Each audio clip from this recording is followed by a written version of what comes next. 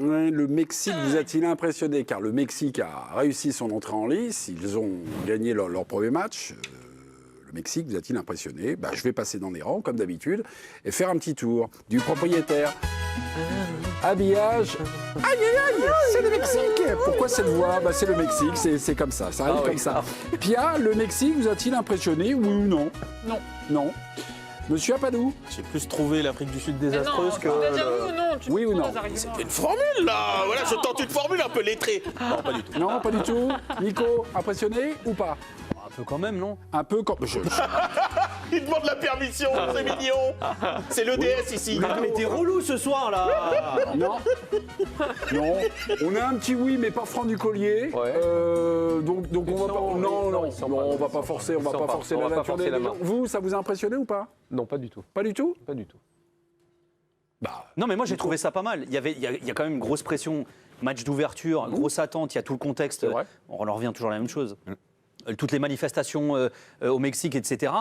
Il y a une forme d'inhibition qui peut venir. En revanche, là où je suis d'accord avec toi, c'est que j'ai surtout été déçu par l'Afrique du Sud. Là, en revanche, l'opposition n'était pas folle, mais moi, le Mexique, je les ai trouvés intéressants. Ils ont des bons jeunes là qu'ils ont fait rentrer, le petit Mora, etc. Moi, j'ai trouvé ça plutôt sympa. Je les ai trouvés hyper vifs. Alors, ça demandera confirmation, mais je trouve que pour un match d'ouverture, dans le contexte actuel, je trouve ça plutôt pas mal. Moi, je trouve qu'ils ont bien fait le job. Je suis d'accord sur le fait qu'ils auraient très bien pu être C'est sérieux, mais pas impressionnant. Voilà, exactement. Je les ai trouvés appliqués. Un peu fort, c'est pour Je ça. trouvais qu'ils avaient bien animé le truc. Ils ont fait ce qu'ils avaient à faire. Mais en face, moi, j'ai trouvé que c'était désastreux. C'est terrible. La première période. Il y a le premier coup de gueule de ce mondial, ou en tout cas la surprise ou la déception de Ludo. Non, vous n'allez pas... Tous des coups de gueule.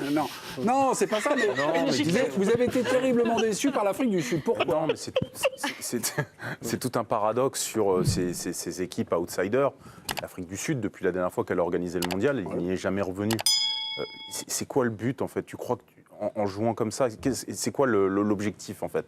Est-ce que tu penses avoir une chance de passer les 16e de finale, ou c'est quoi le but de jouer comme ça? Il y a tout un paradoxe, parce que tu décides de jouer recroquevillé, voilà, mais tu veux relancer comme si tu étais le Barça. Ouais. Donc, c'est quoi si vraiment tu veux jouer ça à fond, le Mexique, il n'y a rien de pire que d'entamer, je l'ai vécu moi avec l'Euro, avec la Pologne, quand on a fait ça chez nous, il n'y a rien de pire que d'entamer une session quand tu es pays organisateur. Mais va jouer dans le camp mexicain pendant les 15-20 premières minutes, t'allonges un peu, tu vas gagner des seconds ballons, t'essayes de mettre un peu le feu, eux ils sont un peu tendus, et puis t'essayes de la jouer. Mais relance pas comme Guardiola. Mais non, mais en fait, le Mexique s'en sort bien, parce qu'ils étaient hyper tendus, hyper nerveux avant le but qui est offert, justement, à Quiñones. Donc je ne comprends pas cette manière pour un sélectionneur d'aborder... la Coupe du Monde, c'est une joie, et j'ai pas vu de la joie, et en plus les Bafana, je veux dire, c'est un peuple, enfin c'est une équipe qui transmet du sourire, qui transmet des choses. Dans sa façon de jouer, ce soir je vois du désespoir. Je sais pas pourquoi tu es venu à la Coupe du Monde, en fait. C'était pas un coup de gueule, c'était une petite déception. Sur le but, il y a un peu un coup de gueule. Il y a un peu un coup de gueule, parce que j'espère que toutes les équipes outsiders vont pas se comporter de la même manière. Et vous êtes là, les gars, profitez, essayez des choses. Il y a 0,03 de XG pour l'Afrique du Sud. Ouais, c'est ridicule. Alors, C'est quand même pas beaucoup. Le fautif là, sur le but inscrit par Quiñones à la 9e minute, est-ce que c'est le gardien? Est-ce que c'est le numéro 6? C'est le 6. Ou alors est-ce que c'est le sélectionneur Hugo Bross? En fait, Non, parce ils n'ont pas, le niveau pour relancer court. Allonge. Non, mais ce que je veux dire, là, il n'y avait pas une pression énorme. C'est en fait son contrôle raté sur le côté gauche. Il n'est même pas 3/4 quand il récupère le ballon. Exactement, je trouve qu'il est mal orienté. Il y a presque un truc là de principe de base. Et donc le gardien le voit, mais il lui fait la passe quand même. Non, mais il a le temps. Il a le temps. Autant la deuxième fois, il a vraiment c'est plus discutable, parce que c'est le gardien qui fait une erreur la deuxième fois. Parce ça, qu'il recommence début de deuxième période. Il redonne une occasion de... Mais sur le premier, c'est clairement le numéro 6 qui est fautif. Ouais, qui se met dedans Non, avec le ce numéro contrôle-là, 13, parce que du coup. ça, c'est une relance que maintenant tu vois, mais même dans les divisions inférieures, maintenant on fait ça. Partout. C'est vraiment, c'est ça. Tu vois des buts tout le temps comme ça. Oui, mais chaque journée de championnat. Bien sûr, mais faites le pourcentage Guardiola. de cette relance-là avec le nombre de buts qu'on concède, c'est infinitésimal en fait. Le truc, c'est que par contre, quand quand c'est fautif, on ne voit que ça et d'un seul coup on remet ce choix-là en cause. Or, ce choix-là, il est fait, mais 99% du temps. C'est une erreur énorme et comme ça peut arriver quand tu fais ce choix-là. Pour connaître un peu ces équipes des Bafana, logiquement, c'est meilleur que ça. Là, ils ont explosé mentalement. Parce qu'incapable de faire une passe, incapable de faire un contrôle. Enfin, c'est quand même une équipe. Donc, est-ce que tu prends le risque de faire ils ont gagné la Ligue des Champions africaine. C'est pas un petit pays en termes de football. Simplement. Mais même devant, les 2-3 contre-attaques qu'ils ont. Et c'est pour ça que les Mexicains m'ont pas tellement impressionné, parce que je les ai trouvés même quasiment parfois en difficulté sur certains contres sud-africains. Le seul problème, le seul problème, c'est qu'ils sont très mal joués. Des passes qu'il faut à 10 mètres de leur partenaire, alors qu'il y a des possibilités de contre sur 2-3 transitions rapides. Ils étaient à la rue. La réaction du gardien... très fort en MMA. Oui. Parce qu'alors au niveau des coups... les baffes, La réaction du gardien Ronan Williams, je ne sais pas si je l'ai bien prononcé, Ronwen Williams. Lui, c'est son match. Il est fort, lui. Oui, mais qu'est-ce qu'il a dit, Ronwen?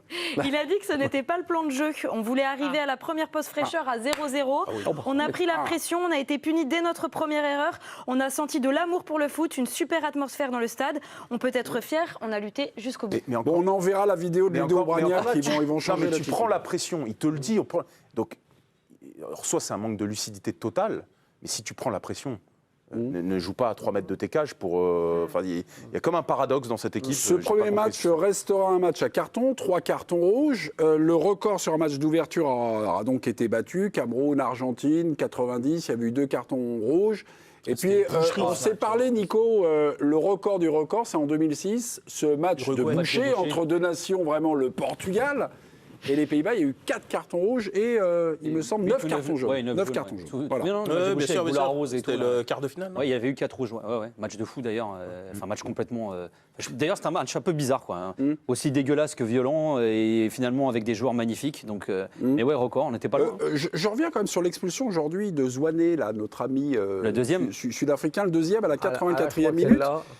Elle bat les records, quand même. Pardon, mais sur cette expulsion, je trouve que l'arbitre, qui est appelé par la VAR, punit toujours les conséquences, mais pas la cause, puisqu'il y a le joueur mexicain qui fait très clairement une obstruction caractéristique. Comme mais il ne met pas une claque, non? Oui, mais là, il lui met une tarte. Non, mais là, donc on punit toujours. Mais ça se passe pas souvent. Mais ça se passe tout le temps comme ça. Mais très souvent comme ça. Quand 2 joueurs s'embrouillent, le premier commence et le deuxième met un coup de tête, c'est le coup de tête qui est obligé. C'est l'histoire. On est sûr. Il s'accroche. Non, mais je te parle des dégage, il lui met une tarte. Non, il le fait. Bon, mais dans une société de fragile. Le Mexique ne nous a pas impressionnés, mais on réussit de rentrer en lice. Juste un petit vrai ou faux, mes petits. Oui. J'ai quelques stats. Ouais, c'est vrai. Sur la culture. Attendez, sur la culture de la Coupe du Monde. Ça, c'est Nicolas, il pourra pas répondre. 4 stats. Ça veut nous tester. La première, on vous teste. Mes petits, la première. Manuel Neuer a été décisif plus de fois que Cristiano Ronaldo en phase d'élimination directe au Mondial, vrai ou faux? Oui. Vrai. C'est-à-dire? Oui. Manuel Neuer a été décisif plus de fois que Cristiano en phase d'élimination directe. Il a sauvé plus plus de buts que Ronaldo en a marqué. C'est vraiment une question à la con, c'est vrai. Et c'est pas parce que tu comprends pas les questions que tu réponds comme ça. Alors ça doit être vrai. Alors, parce que Cristiano trimballe une sale stat, c'est qu'il a marqué un seul but, a priori, je crois. Eh ben, c'est vrai. Non, regardez, a été décisif. Ronaldo, c'est 0 but, 0 passe. Et Neuer, en 2010, c'est une passe décisive. Oui, mais ça va changer, là. Décisive dans le sens offensif. Passe décisive, offensive. Ah oui, c'est même pas c'est ça, Lisa. Bah voilà, c'était ça ma question. Décisive dans quel sens? Oui, mais si je vous donne la réponse, voilà, il faut... Non, t'as Didier, il a fait plus de passes jouer en connaissant la réponse. Absolument. Et même comme ça, j'arrive à me foirer. Autre stade, Comme ça qu'il a eu son bac. Autre stade, 2 équipes ont déjà remporté le mondial avec un sélectionneur étranger. C'est faux. C'est faux, jamais. C'est jamais arrivé. Jamais, il n'y a jamais eu un étranger. Jamais. Bonne réponse de Jamais. Bonne réponse de Nicolas Pilet. Moi aussi, je le kiffe. Le mec a ses joujoux, il est terrible. J'ai vraiment l'impression d'être à l'école. L'Espagne n'a joué qu'une seule demi-finale de mondial. C'est vrai ou c'est faux? Ludovico Bragnac au tableau. Est-ce que là vous échappez là? C'est faux. C'est faux? Vous avez deviné, vous, hein? Mais il est bouché, c'est vrai. C'était en 2010. C'était en 2010. Jamais, sinon, jamais de dernier carré, hormis 2010, là où ils sont allés au bout. Et enfin, la dernière. La Nouvelle-Zélande est invaincue en Coupe du Monde depuis le 23 juin 1982. Mais ils sont jamais revenus. Non, si, ils étaient en 2010. Ah, oui, ils étaient dans le groupe de l'Italie, je crois. un truc comme ça. Il n'y a pas eu 3 nuls. Donc c'est vrai ou c'est faux? C'est vrai, ils font des matchs Il nuls. n'y a pas eu 3 nuls dans ce groupe-là. Exactement, Voilà. c'est vrai, il y a une participation. Vers la Slovénie, un truc comme ça. Et l'Italie. Avec 3 nuls, nous avons d'ailleurs les images, nous allons vous rediffuser les images. 3 matchs nuls, c'est vrai. Voilà, merci beaucoup à repasse sur la l'initiative chaîne. de Expertise Tel ou pas Ferron.